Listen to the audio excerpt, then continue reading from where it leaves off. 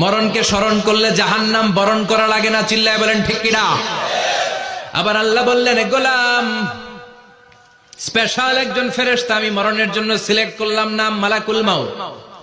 তাকে আমরা আজরাইল বলে চিনি। এই মালাকুল মাউত তার বাহিনী নিয়ে নির্ধারিত টাইমে গোটা বিশ্বের সব মানুষের রূহ কবজ করে। অন টাইম নাকি দেরি করে? মালাকুল মাউত আগেও আসে না, পরেও আসে না। সুবহানাল্লাহ পড়েন। সাইয়েদনা সুলাইমান আলাইহিস সালামের জামানাতে ওনার এক ওয়াজির ছিল, মন্ত্রী। ওই মন্ত্রীকে নিয়ে উনি বৈঠক করতেন। ওনার সময় উনি মালাকুল মাউতের সাথে বৈঠক করতেন। শুনতেছেন? আপনাদের মনোযোগ আছে তো? উনি বৈঠকে বসেছেন, মালাকুল মাউত বসা, ওয়াজিরও বসা। হঠাৎ মালাকুল মাউত ওয়াজিরের দিকে বড় বড় চোখ করে তাকাচ্ছেন। বড় বড় চোখ করে তাকানোতে ওয়াজির ভয় পেয়েছে। হঠাৎ মালাকুল মাউত চলে গেল। ওয়াজির বলে, ও সুলাইমান আলাইহিস সালাম, এই যে লোকটা বড় বড় চোখ করে আমার দিকে তাকালো, এটা কে? সাইয়েদনা সুলাইমান বলে, হাদা মালাকুল মাউত। যে বর্ণনাটা বলছি এটা হাদিস না, এটা হচ্ছে ইসরাইলিয়া, জিউস ট্র্যাডিশন। কোরআন হাদিসের সাথে কোনো দ্বন্দ্ব নাই, তাই বর্ণনা করা যাবে। বিষ্ণু বলেছেন, বাল্লিগু আন্নি ওয়ালাউ আয়া। আবার বলেছেন, ওয়া হাদিসু আন বনি ইসরাঈল ওয়ালা হারাজ। বনি ইসরাইলের ট্র্যাডিশন বর্ণনা করো, জিউস ট্র্যাডিশন বর্ণনা করো, এতে কোনো সমস্যা নাই। ওয়াজির বলে, ও সাইয়েদনা সুলাইমান, বড় বড় চোখ করে যে তাকালো লোকটাকে? সাইয়েদনা সুলাইমান বলে, হ্যাঁ, দা মালাকুল মাউত, এটা মৃত্যুর ফেরেশতা। ওয়াজিরের কলিজায় পানি নেই। এটা কি ফেরেশতা? শুনে তো পিলে চমকে গিয়েছে। কয় কি? মালাকুল মাউত তো আমার চিনে ফেলাইছে, বাড়ি চিনে ফেলছে, আমার খবর আছে। সাইয়েদনা সুলাইমান আলাইহিস সালাম জিনদেরকে দিয়ে কাজ করাতেন, মেঘমালাকে দিয়ে কাজ করাতেন, বিশাল সিংহাসন নিয়ে পৃথিবীর প্রাচ্য থেকে পাশ্চাত্যে ঘুরে বেড়াতেন। সাইয়েদনা সুলাইমানকে ওয়াজির বলে, ও সুলাইমান, মেঘমালাকে আদেশ করে দেন, আমি আর এই ফিলিস্তিনের ভূখণ্ডে থাকতে চাই না। আকাশের মেঘমালার উপরে আমারে বসিয়ে দেন, আর বলে দেন আমারে নিয়ে যেন আকাশের মেঘমালা হিন্দুস্তানের ওই দূর পর্বতে রেখে আসে। আকসা আল হিন্দ, হিন্দের সবচেয়ে দূরবর্তী জায়গায় যেন আমারে রেখে আসে। সাইয়েদনা সুলাইমান বললেন, আকাশের মেঘ যাও, আমার ওয়াজিরকে নিয়ে হিন্দুস্তানের একটা উপদ্বীপে রেখে আসো। রেখে আসা হলো। কিছুক্ষণ পর মালাকুল মাউত সাইয়েদনা সুলাইমানের কাছে হাজির। সাইয়েদনা সুলাইমান বললেন, ও মালাকুল মাউত, কই ছিলা?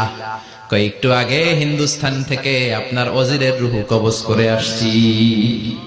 সুবহানাল্লাহ পড়েন। এটা আবার কেমন কথা, তুমি ওইখানে গেলা কেন? কয়, রব্বুল আলামিন কিছুক্ষণ আগে আমার কাছে পয়গাম পাঠিয়েছে, যাও সাইয়েদনা সুলাইমানের ওয়াজিরের রূহটা কবজ করো। কবজ করার জায়গা হলো হিন্দুস্তানের উপদ্বীপ। কোন জায়গায়? মালাকুল মাউত এসে দেখে সুলাইমান নবীর সাথে মিটিং করে। ওয়াজির কার সাথে মিটিং করে? সুলাইমান নবীর সাথে। কিন্তু ফরমানে লেখা রূহ কবজ করতে হবে কোথায়? হিন্দুস্তানে। সুবহানাল্লাহ কইবেন না? এজন্য বড় বড় চোখ করে আমি তাকিয়েছি, আর মনে মনে ভাবলাম টাইম তো নাই, কারণ মৃত্যু তো অন টাইমে হতে হয়, এখনই ওর রূহ কবজ করতে হবে। কেমন করে ওইখানে যাবে আমি জানি না, আমি আগে চলে যাব। মালাকুল মাউত চলে গেল, যে দেখে ওই জায়গায় ওয়াজির হাজির। সাথে সাথে রূহ কবজ করে আল্লাহর কাছে চলে গিয়েছে। পড়েন সুবহানাল্লাহ। এজন্য আল্লাহ বললেন, মালাকুল মাউত আমি নির্ধারণ করে দিয়েছি, পৃথিবীর প্রতিটি মানুষ মালাকুল মাউতকে দেখবে, চাক্ষুষ দেখবে, ভালো হলেও দেখবে, খারাপ হলেও দেখবে। কার কথা?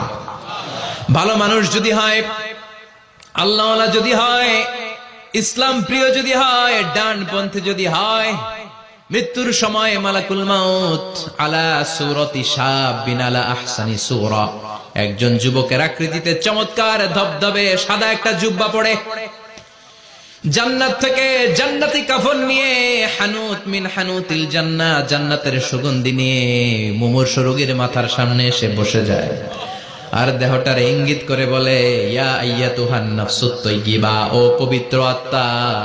আরেক বর্ণনায় এসেছে, ইয়া আইয়াতুহান নাফসুল মুতমাইন্নাহ, ও প্রশান্ত আত্মা, উখরুজি ইলা মাগফিরাতিম মিনাল্লাহ, আল্লাহর ক্ষমার দিকে বের হয়ে আসো। উখরুজি ইলা মাগফিরাতিম মিনাল্লাহি ওয়া রিদওয়ান, আল্লাহর ক্ষমার সন্তুষ্টির দিকে রূহটা বের হয়ে আসো। স্মুথলি বলার সাথে সাথে মুমিনের দেহ থেকে রূহটা বের হয়ে আজরাইলের হাতে চলে যায়। স্মুথলি বলার সাথে সাথে স্বাচ্ছন্দ্যে আনন্দে মুমিনের দেহ থেকে রূহটা সা করে বের হয়ে মালাকুল মাউতের হাতে এসে পড়ে। পড়েন সুবহানাল্লাহ। আল্লাহ এমন মৃত্যু তুমি আমাদের নসিবে রেখে দিও, চিৎকার করে পড়েন আমিন।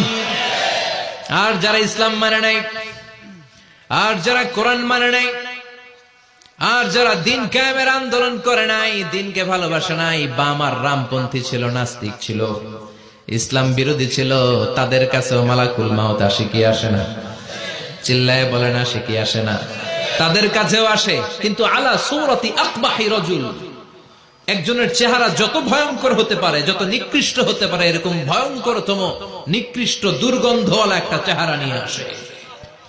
রিজলাহু ফিল আরদ, পা থাকে জমিনে,